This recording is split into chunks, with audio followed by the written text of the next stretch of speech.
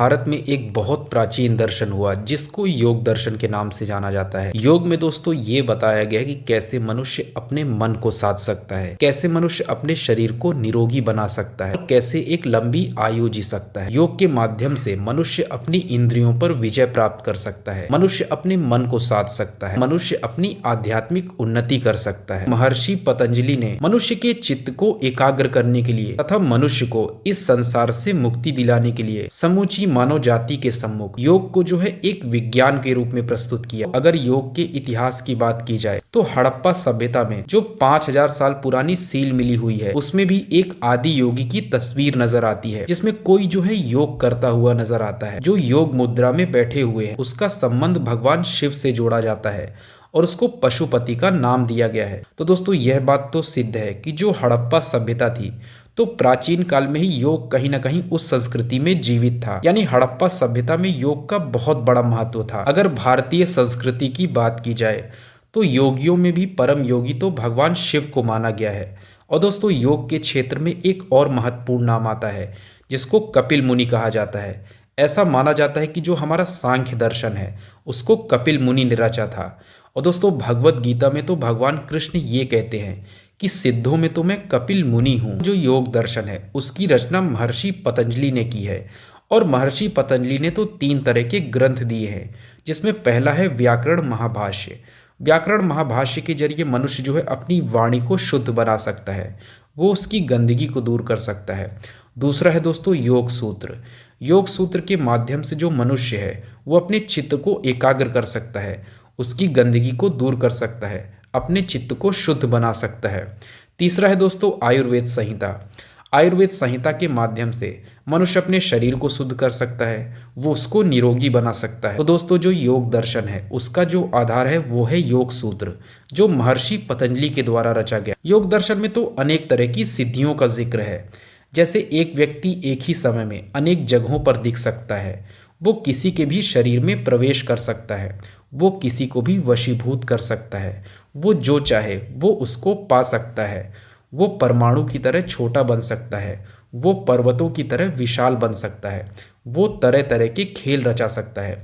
लेकिन दोस्तों जो व्यक्ति इन सिद्धियों को पाने के चक्कर में योग का अभ्यास करता है वो इन सिद्धियों के मोह में फंस जाता है और वो कभी भी मोक्ष को प्राप्त नहीं कर सकता। तो योग दर्शन का जो उद्देश्य है वो सिर्फ इतना है ताकि व्यक्ति समाधि के माध्यम से वो मोक्ष को पा सके, वो संसार के बंधनों से मुक्त हो सके। ऐसा माना जाता है कि सांख्य दर्शन में जब पुरुष प्रकृति के बंधन में आया, जब सृष्टि की रचना हुई तो पुरुष जो है अनेक तरह के दुखों से पीड़ित हो गया, उसको अनेक तरह की मानसिक समस्याएं हुई, उसको अनेक तरह के संसाधनों की कमी महसूस हुई, उसको चिंता सताने लगी, उसको भय सताने लगा, उसको जो है रोग सताने लगे, अनेक तरह की प्राकृतिक आपदाएं उसको सताने लगी।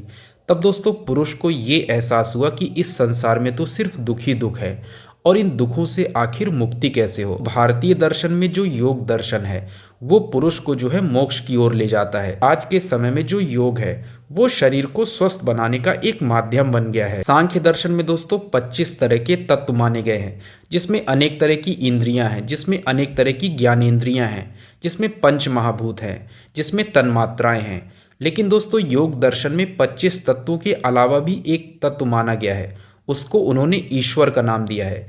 क्योंकि दोस्तों पुरुष अगर प्रकृति के बंधन में आया है और सृष्टि की रचना हुई है तो इसका अर्थ है कि जो स्वयं ही बंधन में आ जाए तो वो पूर्ण कैसे हो सकता है। तो ऐसा माना गया कि पुरुष से भी ऊपर कोई ना कोई चीज़ होनी चाहिए जो पूर्ण है, जो सर्वशक्तिमान है, जो सभी तरह के ज्ञान से भरी हुई है। तो दोस्तों उसको ईश्वर नाम दिया गया और ईश्वर ही वो सहारा है जिसके माध्यम से मनुष्य जो है अपने योगाभ्यास को सफल बना सकता है। जो आस्था होती है वो एक साधक का मार्गदर्शन करती है, क्योंकि दोस्तों सत्य की खोज में व्यक्ति अकेला होता है, उसको कोई मार्ग नहीं दिखाता। तो जो ईश्वर पर आस्था होती है वो एक साधक का मार्गदर्शन करती है। जब पुरुष को ये बात पता चल जाती है कि मैं तो प्रकृति से भिन्न हूँ, यानी मैं तो प्रकृति से अलग हूँ और जो मेरा बंधन है वही सबसे बड़े दुख का कारण है, ना तो मैं अहंकार हूँ, ना तो मैं मन हूँ, ना तो मैं बुद्धि हूँ। और पुरुष को जब इस अलगाव का एहसास हो जाता है, जब वो अपने विवेक ज्ञान के द्वारा यह जान जाता है कि मैं प्रकृति से भिन्न हूँ, तब वह मुक्त हो जाता है और दोस्तों जो अज्ञान होता है वही सबसे बड़े बंधन का कारण है। जो पुरुष का अविवेक होता है वो उसको बंधन में बांध देता है और वो उस बंधन से मुक्त होना चाहता है। होता यह है कि मनुष्य जो है चित्त वृत्तियों से ग्रसित हो जाता है और योगाभ्यास में आगे बढ़ने के लिए ऐसा माना जाता है कि चित्त वृत्तियों का निरोध बहुत ज़रूरी है। और दोस्तों चित्त वृत्तियों का निरोध आखिर कैसे हो, तो इसके लिए योग दर्शन जो है 8 तरह के मार्ग बताता है। उसको ही योग दर्शन में अष्टांगिक मार्ग कहा गया है, जिसमें कोई भी व्यक्ति चलकर वो मोक्ष तक जा सकता है, वो अपने वास्तविक स्वरूप को जान सकता है, वो अपने शरीर को स्वस्थ बना सकता है। जिसमें जो पहली चीज बताई गई है उसका नाम है यम। यम का अर्थ होता है अपनी इंद्रियों पर नियंत्रण रखना।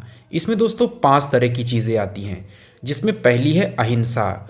अहिंसा का अर्थ होता है मन, वचन और कर्म से किसी को भी पीड़ा ना पहुंचाना, किसी भी जीव जंतु को ना मारना और उन पर दया करना। ये दोस्तों अहिंसा के अंतर्गत आता है। दूसरी चीज़ है दोस्तों सत्य।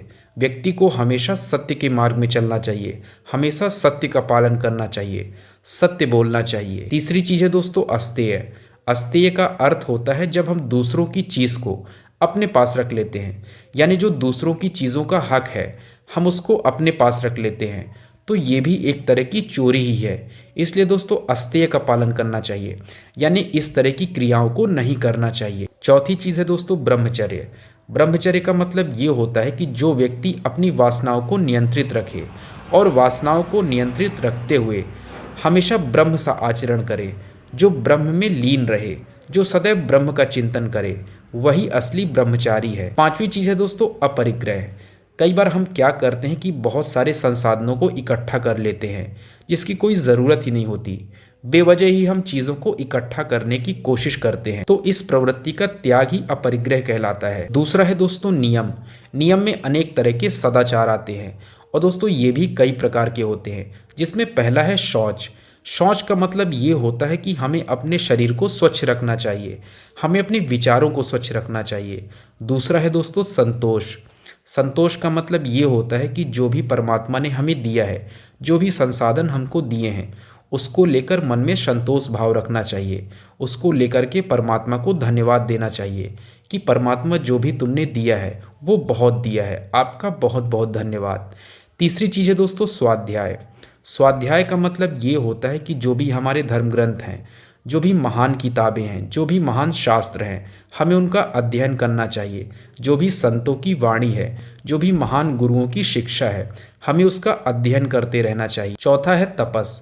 तपस का मतलब ये होता है कि योगाभ्यास में आगे बढ़ते हुए मनुष्य को तो तपस्या करनी ही होती है, क्योंकि ये एक तरह की अपने आप में तपस्या ही है। और नियम में जो पांचवी चीज है वो है ईश्वर पर आस्था, क्योंकि ईश्वर पर आस्था ही वो एकमात्र सहारा है जो एक साधक के लिए महत्वपूर्ण है, जो एक साधक को मार्ग दिखाती है। तीसरी चीज है दोस्तों आसन।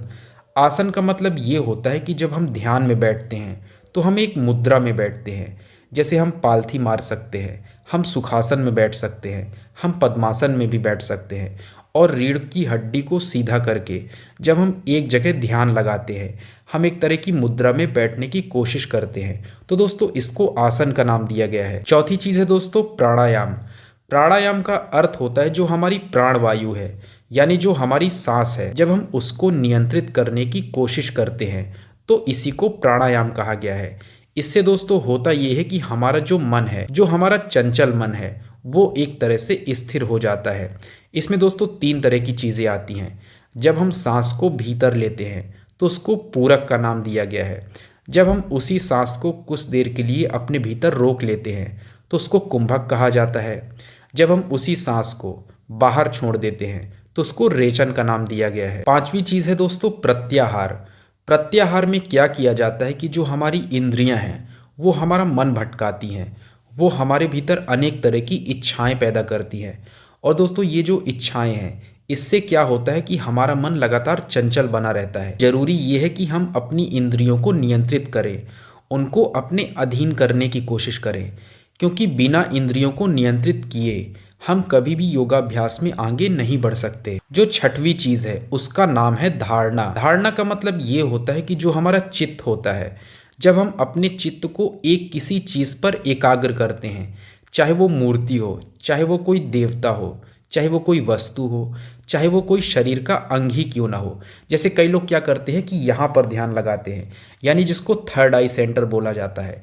कई लोग अपने हृदय के बीच में ध्यान लगाते हैं, और ये जो चीज़ है ये क्या करती है कि हमारे मन को एक जगह एकाग्र कर देती है। सातवीं चीज़ है ध्यान।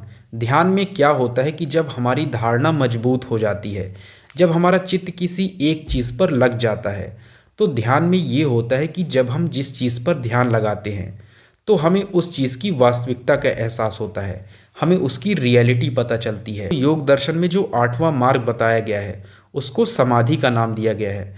समाधि में दोस्तों होता यह है कि हम जिस भी चीज़ पर ध्यान लगाते हैं और जो हमारी चेतना होती है वो दोनों एक हो जाती है। यानी हमारी जो चेतना होती है, हम जिस चीज़ पर ध्यान लगाते हैं वो उसमें पूरी तरह डूब जाती है। और होता ये है दोस्तों कि यहाँ पर एकाकार हो जाता है, सारी चीज़ें एक हो जाती हैं। जो मनुष्य के सारे भेद होते हैं वो सब मिट जाते हैं। आत्मा अपना वास्तविक स्वरूप पहचान जाती है कि आखिर मैं कौन हूँ, वह स्वयं को जान जाती है। और इस तरह दोस्तों मनुष्य को मोक्ष की प्राप्ति हो जाती है।